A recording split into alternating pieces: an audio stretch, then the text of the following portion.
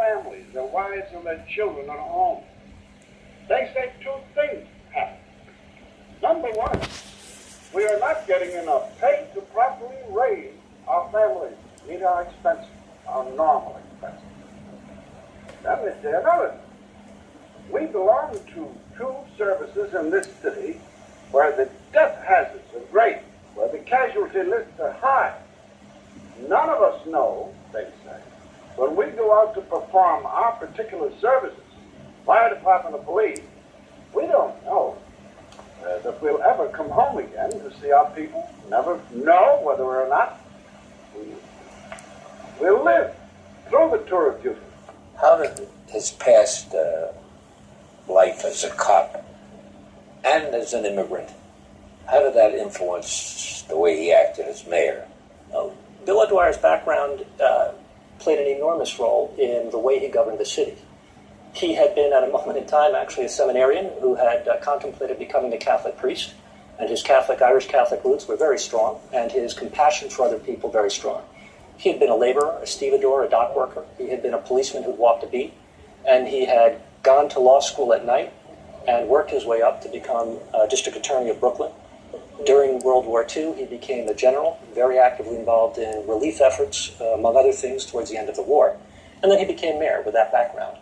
So he had very strong working class roots. He understood what it was to engage in manual labor in order to get a day's wages, in order to be able to eat and put food on the table. I've been talking to John Crane about the 2,600 a year take home. We were talking about first grade firemen, right? We're talking now, too, about first grade firemen, but there are the young lesser paid men. Now, the lesser paid men are whom? Those up to fourth 3 grade, years. second grade firemen. What is the lowest take-home pay a week that they have? $36 or $1,900 a year. And the federal government says you need a minimum for a wife and 2 children of money to spend on food, clothing, and shelter of $3,300, or $1,400 more than we receive. What was the condition of the workers, the city workers? Well, I think if you, for the old-timers like me, if you remember the Honeymooners, the Jackie Gleason show, and you see that's a transit worker, and he lived such a bare-bones existence on that television show. And it was a fairly realistic portrait. Jackie Gleason's mother worked for the BMT, so he knew what these people's lives were like. They were minimal material existence. This was not a well-paid job. It had security, but in terms of a standard of living, it was today what we think of as a poverty job. Really? Yeah, oh, sure. I mean, of course, it varied, but it was hard to support a family in any kind of decent style on a city employee's wage. $33 a week, the average man, the young man that takes home. That's a man 25 years of age with 2 children. Now, he requires 4 rooms. You can't get 4 rooms in the city of New York for less than $60 a month. He gets $124 a month. That means that he must maintain himself, feed his family, and so forth on $2.48 a day. Now, here in the city of New York, do you think that you can maintain a family on $2.48 a day for 4 people? We can't do it. And the condition is getting worse each day. Something has got to be done, General.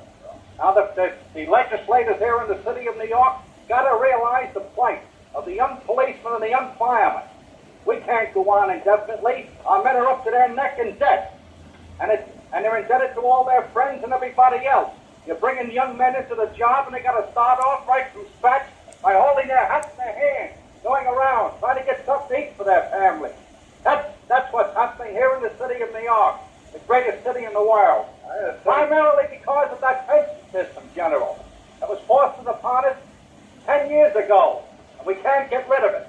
You're getting started. Only a rich man's son can afford to come into the police department or the fire department. Let's see what the actuary and... May I interrupt a second, Mr. Mayor? Don't overlook that you're asking men to come into these jobs at these salaries. The most hazardous occupation known to man is certified by the Citizens Budget Committee. No question about that. The highest incidence of heart disease is certified by Metropolitan Life Insurance Company.